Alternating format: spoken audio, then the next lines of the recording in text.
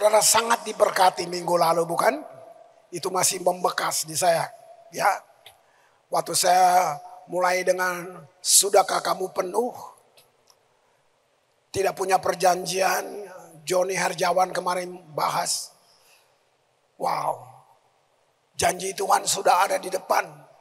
Tinggal kita melangkah. Gitu. Udah bikin paspor belum? Kira-kira gitu ya. Wow, luar biasa. Nah, hari ini gini, frame besarnya kita sedang dipersiapkan dekade menentukan. Jadi gini, kita semua dibawa ke puncak rancangan Tuhan. Jadi bukan tambah susah, bukan, jangan. Tujuan Tuhan menebus kita ada dua. Tujuan Tuhan lahir, mati, bangkit buat kita. Ada dua, supaya saudara tahu. Ini membuat kamu bersemangat untuk jalanin hidup. Tantangan ada, tapi kamu punya satu pemahaman. Itu jadi kekuatan kamu. Apa tujuan Tuhan tebus kita? Pertama, memusnahkan iblis. Memang belum, tapi itu tujuannya. Akan tiba waktunya. Memusnahkan si jahat itu. Terus yang kedua apa? Membawa kita yang percaya ke dalam kemuliaannya. Kalau saudara pikir ini, kamu bersemangat jalanin hidup ini. Jadi bukan supaya masuk sorga. Sorga itu tempat. Kita tentu akan ke sana. Tapi tujuannya bukan itu. Bukan ketemu tempat. Tujuannya kamu dibawa ke dalam kemuliaannya. Kata lainnya gini. Kamu menjadi serupa dengan Kristus. Itu tujuannya. You become like Jesus. Nah, gini. Lalu bagaimana? Itu dia dibutuhkan iman tuh ke situ. Kamu bisa nggak percaya janji itu? Tidak ada kemampuan dari kita untuk bisa melihat apalagi mencapai itu. Kalau Tuhan tidak taruh imannya di dalam kita. Ada iman kita, iman manusia. Ada imannya Yesus. Nah, iman manusia, kamu belum pernah lihat sorga. Kamu nggak lihat alam yang roh itu, kamu nggak lihat. Jadi iman jasmani namanya. Nah, itu hanya dibatasi dengan perasaan, dengan semuanya, dengan apa yang kamu bisa lihat. Tapi waktu kamu lahir baru, itu bukan karena emosi. Itu Tuhan intervensi hidup kamu. Itu dia, kata kairos. Di mana Allah menjumpai, kamu mengalami kairos. Itu Tuhan intervensi kamu. Kamu gak berpikir tentang itu. Apa yang buat tiba-tiba kamu bilang, saya salah loh. Nah, kesadaran itu dari siapa? Nah, itulah Tuhan. Karena kita berharga. Tuhan waktu bikin manusia, dunia belum ada. Bumi ini belum ada. Sudah ada di dalam hatinya. Saya mau buat manusia. Kenapa? Nanti kita di sorga kita tanya dia. Coba lihat. Jadi manusia bukan ciptaan kayak robot iseng-iseng gitu. Enggak. Itu muncul di hati. Marilah kita jadikan. Bayangin. Itu keinginan. Itu sebabnya kenapa kita ditebus. Karena kita segala-galanya, kita tuh Allah, Adam ya, kalau saya mulai dari Adam. Adam itu Allah tapi A kecil. Allah A besar, Adam A kecil. Marilah kita jadikan mereka seperti kita. Makanya dibilang kita nih God representative. Kita perwakilan Allah di bumi. Nah, mengerti ini, saudara ada tantangan apa? Oke, karena bumi ini bumi yang jatuh, bumi yang berdosa. Kita kayak ada dalam budak dosa. Tapi kita yang terima Yesus, kita yang dilahirkan baru, kenapa disebut ciptaan baru? Ciptaan yang pertama nggak menggenapinya, Adam jatuh. Nah, kita disebut ciptaan baru, artinya kita akan menggenapi yang Adam tidak genapi. Jadi ngerti ini, tantangan ada. Tapi kamu tahu itu nggak kekal. Kamu akan mencapai apa yang Tuhan rancangkan buat kita. Penebusan mahal, saudara, nggak murahan. Manusia nggak bisa bayar, nggak bisa. Dikasih gratis karena kita nggak bisa bayar. Nah, sudah, kira-kira gitu. Nah, hari ini saya kasih judul iman permanen. Arti permanen berlangsung lama tanpa perubahan. Iman siapa ini? Iman yang Tuhan taruh di dalam kita. Kamu nggak bisa ciptakan begitu, nggak bisa. Kita nggak punya ide cari Tuhan setelah manusia jatuh. Lihat itu. Nah, tapi sini saya mau kasih tahu, iman yang Tuhan taruh membuat kita bisa datang ke situ. Karena tanpa iman begitu penting. Itu untuk hubungan kita dengan Tuhan. Dan itu menyenangkan dia. Gak ada yang lain.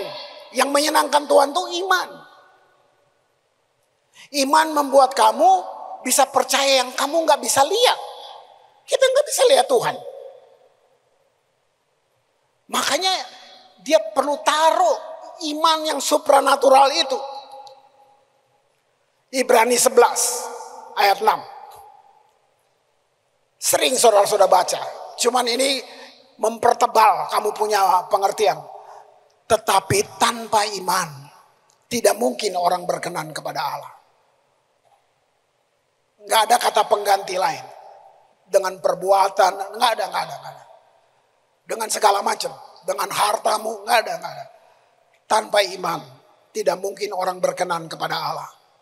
Sebab barang siapa berpaling kepada Allah, ia harus percaya bahwa Allah ada.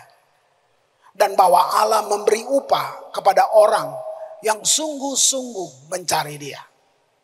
Lihat itu. Jadi pertanyaannya bukan apakah saya butuh iman. Enggak. Pertanyaannya gini, apakah saya memiliki iman? Gitu.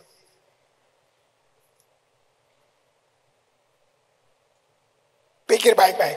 Apakah saya punya? Apakah saya memiliki iman itu?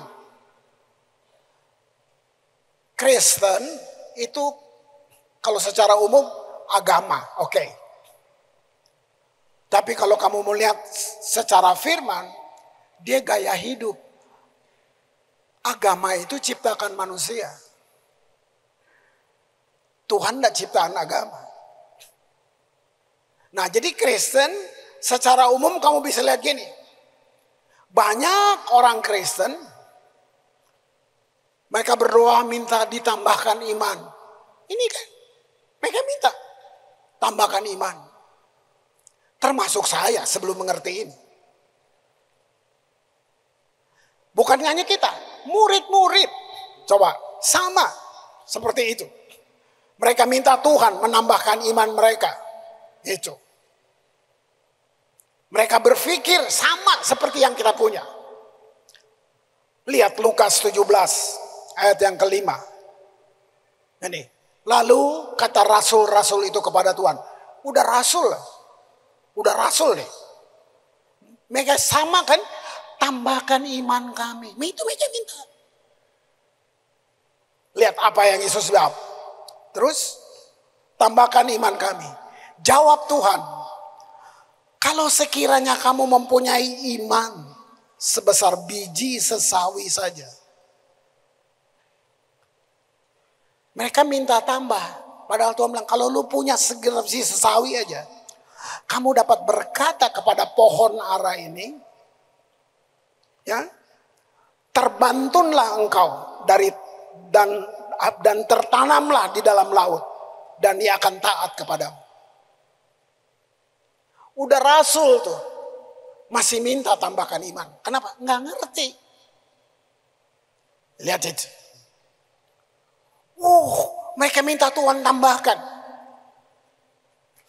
Pada saat menerima keselamatan, setiap orang Kristen, semua kita, berkali-kali saya ulang, nggak ada anak emas, nggak ada superstar di mata Tuhan. Saudara dan saya hanya beda di fungsi. Lihat, setiap orang Kristen menerima ukuran iman yang sama, yang merupakan kasih karunia pemberian Allah. Apa kasih karunia? Kemampuan ilahi. Setiap kita ukurannya sama. Kayak gitu. Jadi betul, awal-awal kita seperti, saya kurang iman, bukan. Mesti dirubah. Ini terdistorsi. Banyak masukan-masukan yang bukan spiritual gitu kira-kira gitu. Kita masukin banyak macam, filsafat apa aja. Efesus 2 ayat 8. Sebab karena anugerah kamu diselamatkan oleh iman. Lihat itu. Bukan hasil usahamu, tapi pemberian Allah. Nggak bisa. Seorang nggak bisa berusaha selamat dengan kekuatan. Nggak bisa.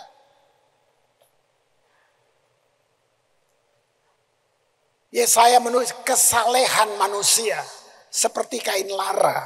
Kain lara itu kain yang dipakai untuk membersihkan kusta. Itu kesalehan kita. Kita mau paksa. Kalau kita bisa, kita akan ukur diri kita dengan orang lain. Dengan kata lain, kita bisa sombong. Kamu belum kayak saya. Itu yang saya maksud tadi. Tuhan kasih ukuran yang sama buat setiap kita. Karena iman manusia dasarnya panca indera itu tadi. Ya. Apa yang kita lihat, kecap, dengar, cium, rasa. Nah kalau perasaan berubah, iman berubah dong. Makanya naik turun kan. Nggak gitu. Nggak gitu. Nggak gitu saudara. Iman manusia seperti itu, mempercayai apapun dan dia nggak bisa lihat atau mempercayai apa yang nggak kelihatan, terbatas. Nah, iman yang Tuhan taruh di dalam kita waktu kita bertobat itu menjadi satu perjalanan orang Kristen yang normal. Jadi gini, kamu akan dengar berita ini, kamu akan lihat kejadian ini, bencana alam ini, tapi kamu sudah tahu persis. Enggak. Bahkan mati pun kamu enggak takut. Karena firman bilang, kamu akan bangkit. Semua kita pasti mati. Tapi Tuhan lewat firman-Nya berjanji, kita yang percaya akan dibangkitkan dan hidup bersama Dia dalam kekekalan. Berarti nggak ada yang perlu ditakutin. Atau gini, porsinya takut itu jangan dibesar-besarin. Selama hidup di bumi adalah takut. Tapi kalau ketakutan yang menguasai, itu sudah. Gimana? Yesus datang untuk kita dan dia menaruh imannya di dalam kita. Luar biasa. 2 Korintus 5 ayat yang ke-7. Sebab hidup kami ini adalah hidup karena percaya, bukan karena melihat. Kamu udah tahu lama, sering dengar ayat ini. Kamu baca. Jadi kenyataan gak? Karena percaya, bukan karena melihat. Dia nggak pura-pura. Dia nggak janjinya bohong sama kita. Saya nggak ikut Tuhan yang pimpin saya pakai teka-teki. Enggak. Saya nggak mau. Waduh saudara, pegang ini. Pegang. Nanti ini yang membuat kita berbeda. Bukan untuk sombong, bukan. Karena kamu memang percaya dia. Ini bedanya orang percaya dan enggak. Makanya saya bilang ada dua Kristen. Kristen yang beragama begitu. Tapi ada satu Kristen yang berpikirnya tentang kekekalan. Semuanya tentang kekekalan. Lihatnya yang di atas. Nah, orang-orang Kristen ini yang merubah sejarah. Gereja mula-mula, Alkitab belum dicetak. Mereka hidup dari pelajaran para rasul. Saudara, lihat orang-orang sederhana yang Tuhan ambil. Dan kalau saudara mau research, mau pelajari, tidak ada satupun yang memenuhi persyaratan untuk melayani dengan Yesus. Nggak ada. Karena memang Yesus nggak cari persyaratan itu. Dia Tuhan. Dia yang membuat kamu jadi bersyarat. Dia yang buat kamu jadi mampu. Kamu nggak mampu. Nah, mau lihat ini bukan hanya Alkitab yang menulis. Ini sejarah umum, sejarah dunia mencatat. Kekaisaran Romawi berubah dengan orang-orang Kristen. Perang apa? Mereka nggak punya apa-apa. Nyawanya yang dikasih. Yakobus diseret sama kuda, mati. Bayangin. Itu yang bikin mereka bilang, kok dia mau mati sih? Tuhannya mana? Petrus mau dibunuh, dia bilang, oke. Tapi saya nggak layak seperti Tuhan saya Yesus. Saya mau disalib, tapi saya kepalanya yang di bawah. Itu apa yang bikin dia mau gitu? Itu imannya Yesus yang di dalam mereka itu. Orang-orang percaya apa? Mau mati, diadu kasih makan sama singa. Saya berdiri di tempat yang namanya Katakombe itu waktu pimpin tur ke Israel itu ya. Mampir di Roma. Saya berdiri di situ. Terus lihat, oh ini dulu tempat orang-orang Kristen dibantai, dibakar hidup-hidup. Terus saya lihat. Terus saya ngomong dalam hati. Seandainya saya hidup di zaman itu. Pasti saya menyangkal Yesus. Mana sanggup mau dibakar. Kan kita cuma baca Alkitab, kita nggak hidup zaman itu. Apa yang bikin orang percaya nggak takut? Saudara bayangin waktu dibilang kata waktu mereka dikasih makan singa, itu mereka menyanyi. Sampai semua orang yang nonton itu, waduh. Mereka bertanya, siapa Tuhannya? Sampai mereka mau mati seperti ini. Jadi itu bukan iman kita.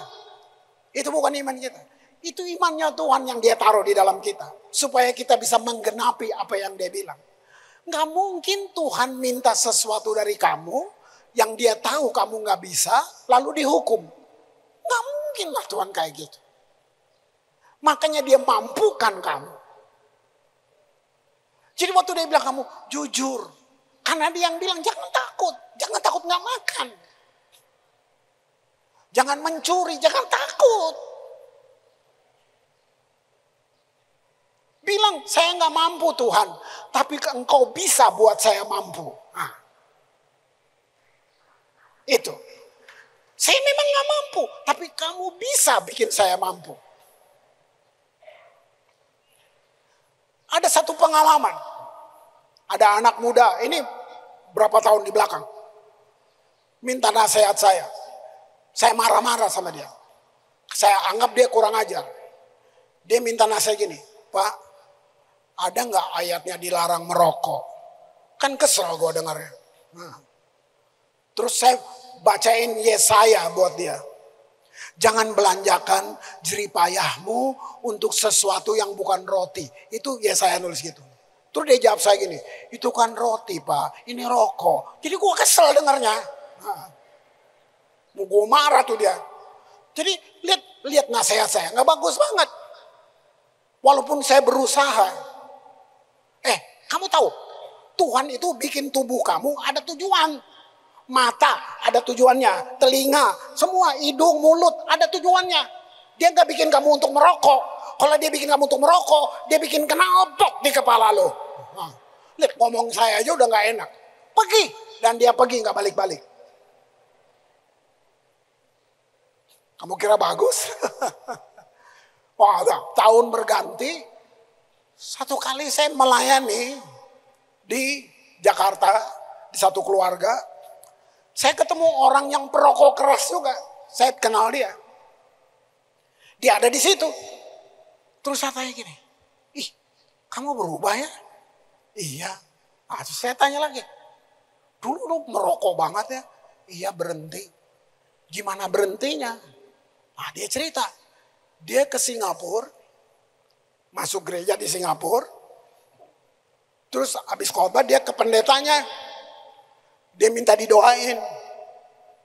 Dia bilang gini, tolong doain dong pendeta. Kenapa? Supaya saya berhenti rokok. Pendetanya nih jawabnya, ini belum pernah saya dengar kayak gini. Jawabnya gini, kamu gak bisa berhenti, ngerokok aja. Wih, sesat nih saya bilang. Nah, terus iya. Terus pendetanya bilang gini, bisa nggak sebelum ngerokok berdoa? Aduh, itu kok saya kaget banget. Gimana? Doanya seperti yang saya bilang tadi. Tuhan, saya pengen berhenti. Saya nggak bisa. Kamu bisa bikin saya berhenti. Terus saya bilang gini, ih, gitu ya? Kok saya nggak ada ide kayak gitu ya? Saya marah-marah tuh orang. Saya kayak kuliahin dia. Kamu masih ngerokok? Masih, kan dia bilang boleh. Lalu berhentinya gimana? Sebulan Pak saya merokok terus pulang dari sana. Satu kali dia lagi ngerokok, muntah. Dia cium bajunya, muntah. Langsung berhenti detik itu. Oh gitu. Kamu lihat, ada yang instan, ada yang enggak. Ini kan proses. Terus saya bilang, wow. Kadang kita nasihatin orang kayak kita mau kendalikan orang itu. Kita bukan Tuhan.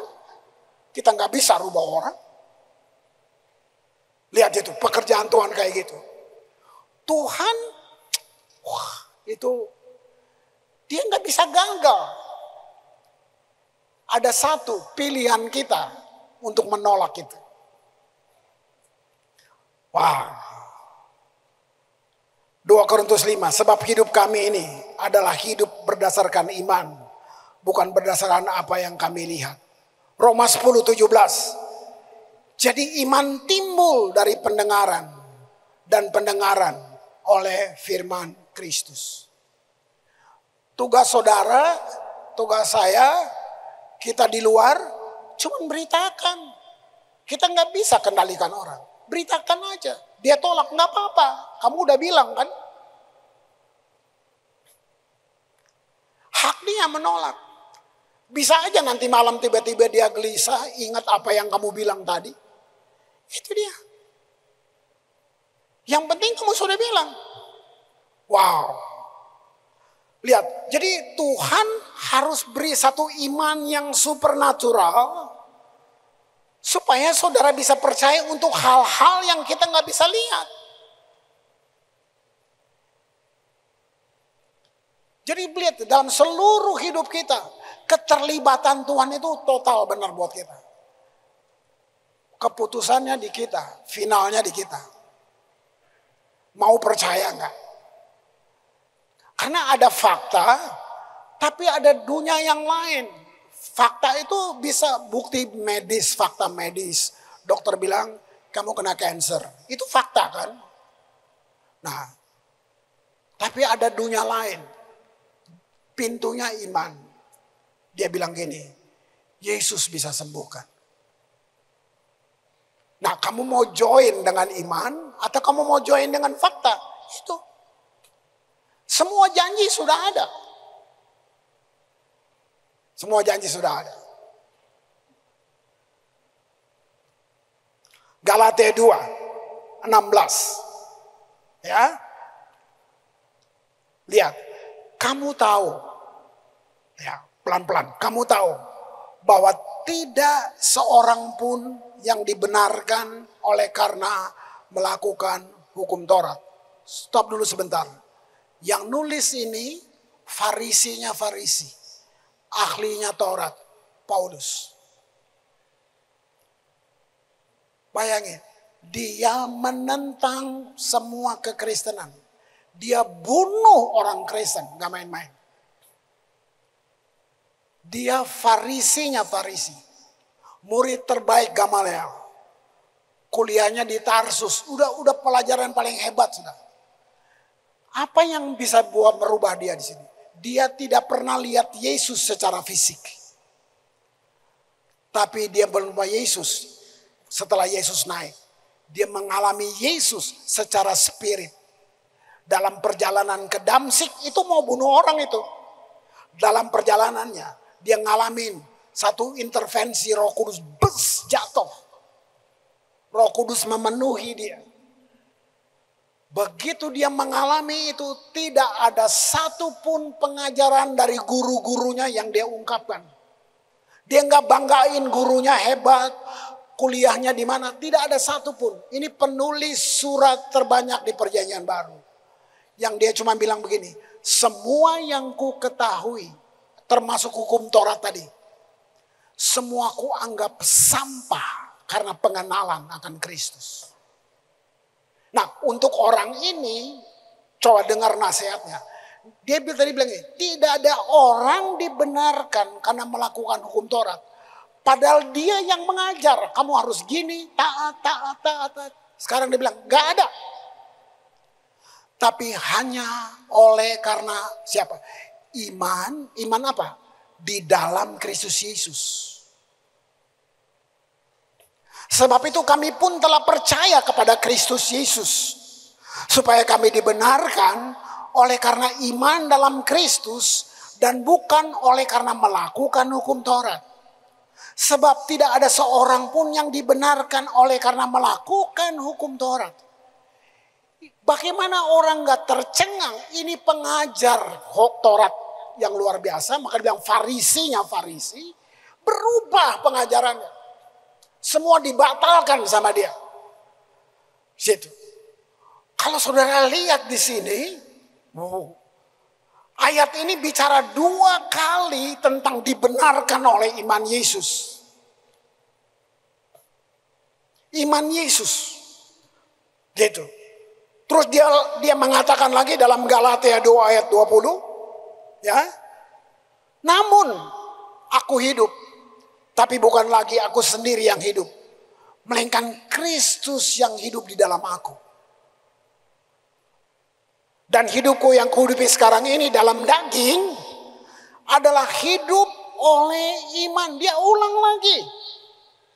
Dalam anak Allah. Yang telah mengasihi aku. Dan menyerahkan dirinya untuk aku. Dia mesti teliti karena dia pengajar. Yang salah itu. Pengajar Taurat yang luar biasa. Bayangin. Dibenarkan oleh iman Yesus. Nah, karena hanya ada satu ukuran iman. Itu sebabnya setiap orang percaya. Memiliki iman Kristus. Yang hidup di dalam kita. Nah, saudara mesti rubah. Benalu-benalu yang mengotori. Yang kamu bilang kamu sudah ngerti. Dari kecil udah Kristen. Nah, kenapa? Kenapa nggak ada perubahan? Nah, itu dia. Ada belief system yang salah. Ini menolong saudara kamu. Nanti kamu lihat bagaimana doa kamu. Kita bukan doa yang laporan, bawa list. Itu jiwa kamu yang ngatur kamu. Kalau kamu benar-benar dengan kamu waktu kamu doa, kamu sangat ngerti. Ucapan kamu tuh nggak kosong gitu. Nggak gitu. Jadi Dengan kata lain gini, jangan biarkan apa yang kamu rasakan, perasaan itu jangan jadi alat ukur, dia berubah-ubah. Berarti iman kita kecil karena perasaan lu berubah. Perasaan ada, perasaan bisa terlibat, tapi bukan alat ukur. Itu penting. Apa yang kamu rasa, akhirnya perasaan mengalahkan apa yang firman bilang. Iya, firman bilang tapi beta rasa sehingga apa? Nah coba lihat. Gitu. Nah, sebenarnya gini, masalahnya bukan kurang iman, tapi kurangnya pengetahuan tentang apa yang sudah kamu punya, yang Tuhan sudah taruh di dalam kamu.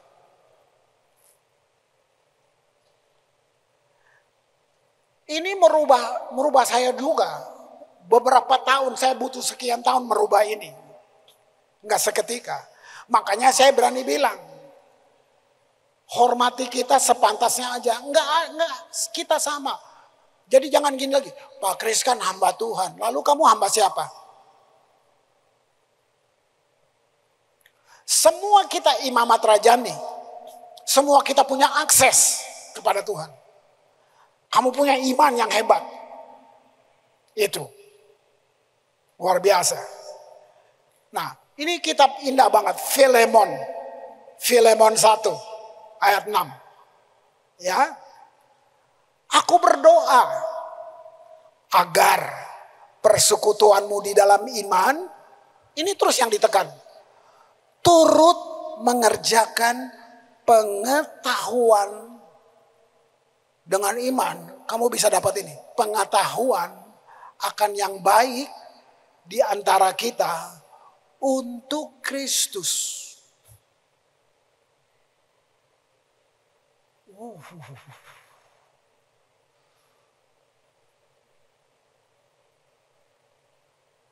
Saudara, waktu kamu berhubungan ya, katakan kamu bangun kehidupan doa dalam iman ya.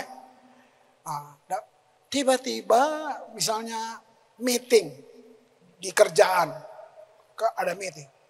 Tiba-tiba kamu bisa kasih satu arahan, ide-ide kreatif yang kamu nggak pikir tadi. Nggak timbul itu. Itu siapa yang tahu? Dari mana itu? Untuk bisnis kamu, yang tadi kamu nggak pikir.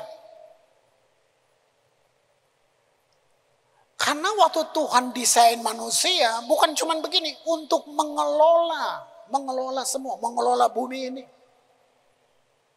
Sekarang kita ditebus untuk itu, diberi kuasa, diberi otoritas untuk itu. Karena kamu anak Tuhan, karena kamu anaknya, karena kamu percaya Dia, waktu kamu pegang atau memimpin satu usaha, karena kamu, orang di sekitar kamu gak susah. Karena kamu pengelola yang dipimpin oleh Roh Kudus.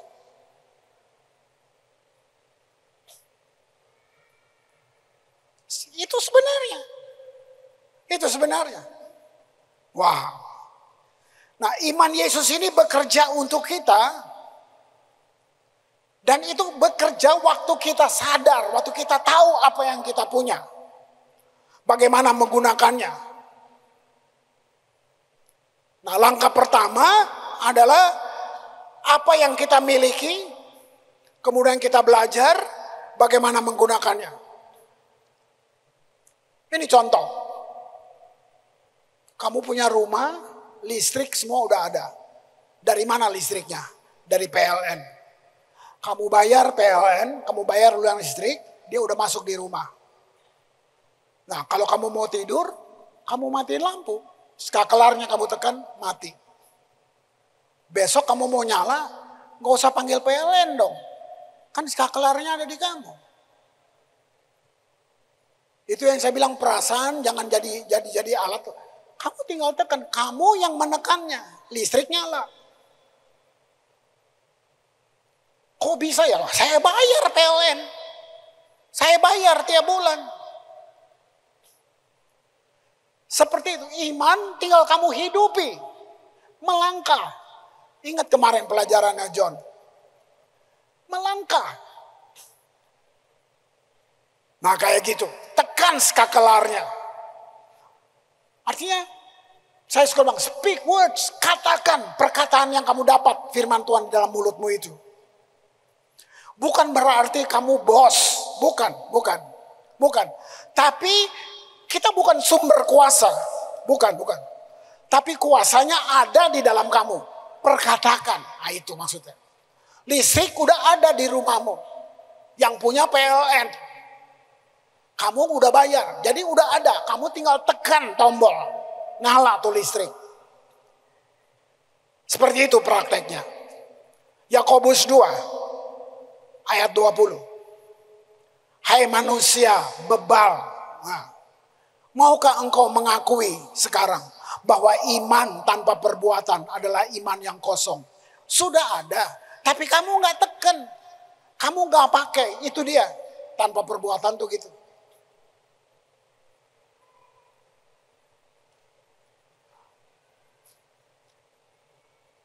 Apa? Di dunia pendidikan, biaya anak-anakmu. Ingat, syaratnya kamu sudah lahir baru, kamu punya Yesus, itu.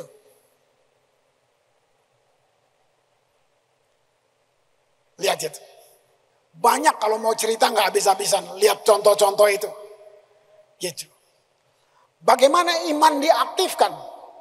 Tekan tombol tadi itu apa? Tekan skakelar itu apa? Amsal 18:21. Hidup dan mati dikuasai lidah. Siapa suka menggemakannya akan memakan buahnya. Itu tekan tombol. Speak, katakan.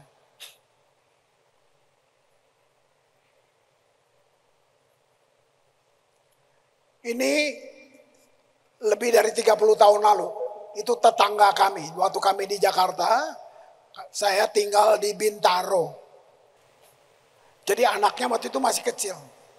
Saya mau ceritain. Ini dia polisi. Ibunya nih. Ibu ini polisi, perwira.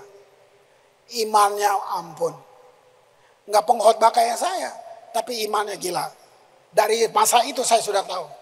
Persekutuan di rumahnya. Nah, dia perwira polisi. Nah, ini kejadian saya sudah di Ambon. Jadi puluhan tahun kemudian ya. Anaknya itu naik motor gede. Naik motor gede. Nabrak trotoar. Boom, naik ke atas. Jatuh ini di bawah pagar rumah. Yang tajam. Dia jatuh. Tusuk pagar. Blek. Habis itu motornya timpa lagi. Blek. Jadi ini semua ketusuk. Hancur. Bawa ke rumah sakit. Maminya datang. Saya di Ambon. Jadi udah ini bicara puluhan tahun lalu. Teman-teman dari sana semua kumpul, mereka nangis. Mereka telepon. Om Kris, Nyong di rumah sakit. Doain dong. Diceritain kejadian. Ya saya doa sungguh-sungguh apa enggak itu ya. Karena enggak lihat. Ya udah deh doa. Tuhan tolong gini-gini, amin. Udah, nggak tahu ceritanya. Sudah, mereka yang cerita. Saudara pingsan, nggak bisa apa-apa. Ini patah-patah semua. Bayangin, jatuh, buk, motornya timpa lagi, bruk. Nah, jadi pagar-pagar masuk. Maminya berdiri gini. Masuk, bos dokter dia, ini nggak sopan banget. Dokter, jangan diapa-apain. Saya punya dokter di atas segala dokter. Ini kan kesal dong saudara-saudara gitu. Ngapain bawa ke sini? Nah gitu. Jangan dokter, saya punya dokter di atas segala dokter. Tuhan Yesus Kristus. Ya, jadi mau ngapain? Saudara, dokter diam aja. Udah nggak bisa gerak, nggak apa-apa. Ini udah berdarah, diam aja. Yang di luar itu teman-temannya lagi nangis, Bang. Dia keluar. Siapa suruh menangis? Nah, tahu mama-mama Ambon kan gitu. Siapa suruh menangis? Diam. Saudara, 3 hari pingsan. 3 hari. Dia nggak mau dokter sentuh. Hari keempat. Semua tulang kesambung, semua tertutup. Tidak tanpa satu obat pun. Saya baca buku, tapi ini orang yang saya kenal. Saya satu kali saya akan bujuk dia untuk datang ke sini. Saudara. Normal, main musik sekarang semua normal. Normal. Melawan akal sehat, saudara. Iman siapa tuh? Apa yang bikin kamu kayak orang gila gitu? Orang bisa bilang lu gila, tapi kamu gak gila. Mungkin dia nanti yang gila. Itu kalau saya lihat itu. Lihat itu. Yesus menekankan, memperkatakan iman 3 kali dalam satu ayat ini. Markus 11:23. Aku berkata kepadamu, sesungguhnya barang siapa berkata kepada gunung ini, bayangin, pada gunung ini, beranjaklah, tercampaklah ke dalam laut, asal tidak bimbang hatinya, tetapi percaya bahwa apa yang dikatakan itu akan terjadi, maka hal itu akan terjadi baginya. Nih, kayak orang gila, nggak apa-apa. Masuk kantor, sampai di meja, sebelum ngapa-ngapain, perkatakan, hari ini berkat untuk saya, nggak ada jatuh di tanah, kececeran di jalan, utuh datang ke saya. Kenapa? Yang kamu ada gini, ayo bikin apa hari ini? Ayo sama mesti telepon. Baru masuk aja, belum duduk aja, so khawatir. Akhirnya tanda tangan palsu, akhirnya bohong ini, bohong itu, tapi nanti minggu pergi gereja menyanyi.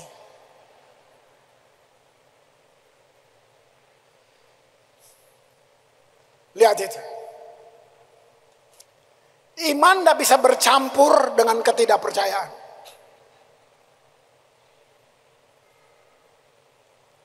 Ya, oke, ini mungkin buat saudara hal kecil. Buat kami enggak. Saya saksi aja. Saya enggak minta, belum ngomong.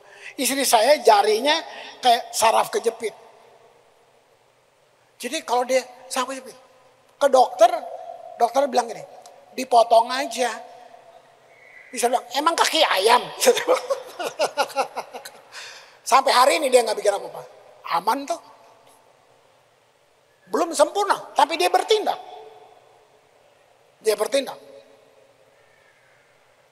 Bayang. Kami ngerti, ternyata kesehatan bukan dari luar. Kesehatan dari dalam kamu. Kamu yang tentuin. Cuma jaga mulu, jangan lojo, itu aja. Itu. Yakobus 1 ayat 5 sampai 8 ya. Tapi apabila di antara kamu ada yang kekurangan hikmat, coba lihat. Hendaklah ia memintanya kepada Allah, enggak kepada yang lain, kepada Allah yang memberikan kepada, lihat, semua orang dengan murah hati dan dengan tidak membangkit-bangkit, maka hal itu akan diberikan kepadanya. Terus, hendaklah ia memintanya apa? Iman. Dalam iman. Dan sama sekali jangan bimbang. Sebab orang yang bimbang sama dengan gelombang laut yang diombang-ambingkan kian kemari oleh angin. Wah, terus orang yang demikian janganlah mengira bahwa ia akan menerima sesuatu dari Tuhan. Sebab orang yang mendua hati tidak akan tenang dalam hidupnya.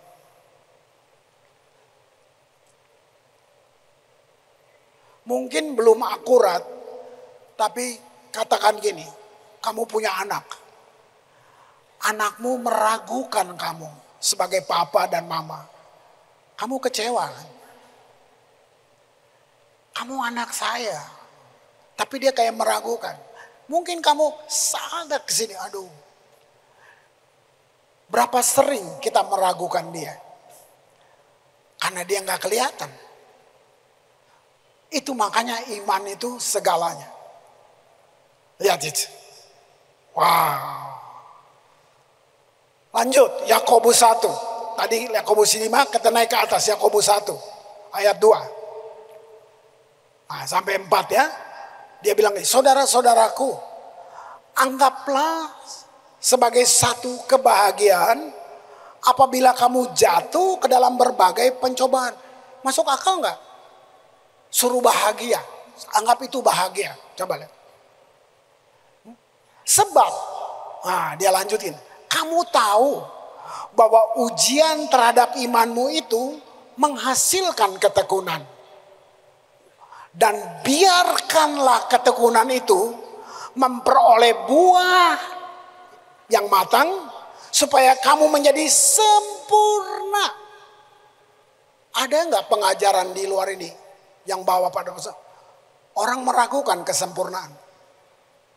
Lihat, dia bawa kita menjadi sempurna, utuh, tak kekurangan suatu apapun. Jujur, gak ada yang suka pencobaan.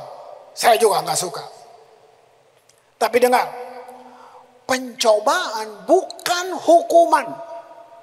Saya ulang, pencobaan bukanlah hukuman, tapi peluang untuk membuktikan kualitas iman.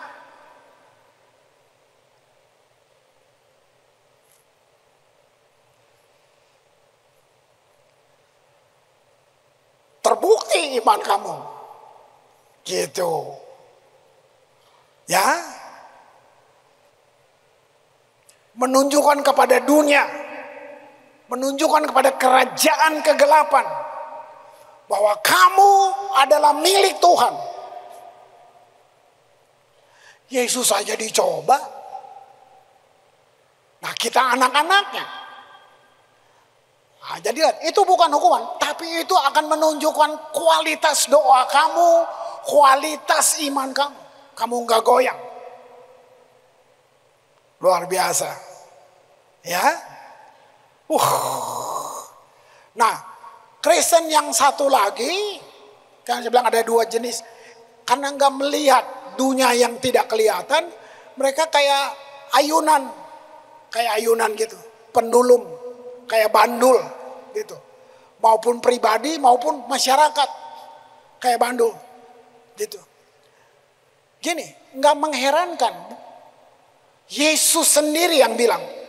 Yesus nggak heran kalau ada orang nggak percaya dia. Yesus nggak heran. Lihat ayatnya. Ya, tidak mengherankan Yesus sama sekali bahwa ada orang yang akan tidak percaya kepadanya. Yesus tahu itu. Terlepas dari bukti yang ada. Lihat ayatnya. Yohanes 12 ayat 37. Ya. Dan meskipun Yesus mengadakan begitu banyak mujizat di depan mata mereka, namun mereka tidak percaya kepadanya. Iya. Mereka nggak percaya. Saudara, ini kayak mimpi, hayalan, kayak keinginan ya sebagai gembala lah. Bahwa kita menjadi orang-orang Kristen yang mengerti dunia ini. Saudara, doa kamu, iman kamu. Bukan gereja ini, kota yang berubah. Kota yang berubah. Saya menyadari diri saya, lu jangan so tahu Chris. Saya bisa berdiri di sini. Pasti ada orang-orang yang saya nggak tahu yang doain saya juga. Jadi jangan so tahu. Mungkin kamu nggak pelayan, bukan itu ukurannya, bukan. Iman kamu. Kamu duduk berdoa untuk kota ini, berdoa untuk pemimpin-pemimpin. Kamu bisa lihat. Nggak usah bikin kartu nama, nggak usah. Sorga kenal kamu. Kamu punya kontribusi untuk merubah kota ini. Wah. Saat saya menyadari tentang kekuatan roh. Gitu. Jadi gini. Jangan lagi kita bilang gini. Nggak mampu. Stop. Kamu punya Yesus. Jangan lagi bilang nggak mampu. Stop. kamu punya Yesus. Atau kalau kamu, atau begini, diam dulu, jangan keluar dari mulut. Karena apa yang keluar dari mulut, kamu gak bisa tarik lagi. Dia udah membaur dengan udara. Musuh bisa ambil perkataanmu. Iya Pak, saya orang susah. Nah kamu ngomong, nah si musuh ambil, dibikin lu susah terus.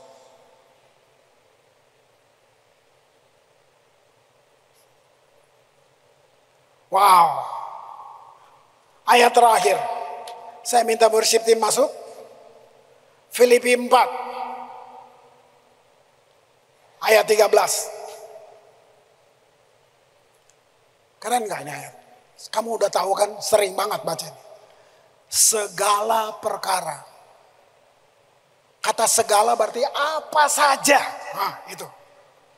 Dapat kutanggung. Bagaimana?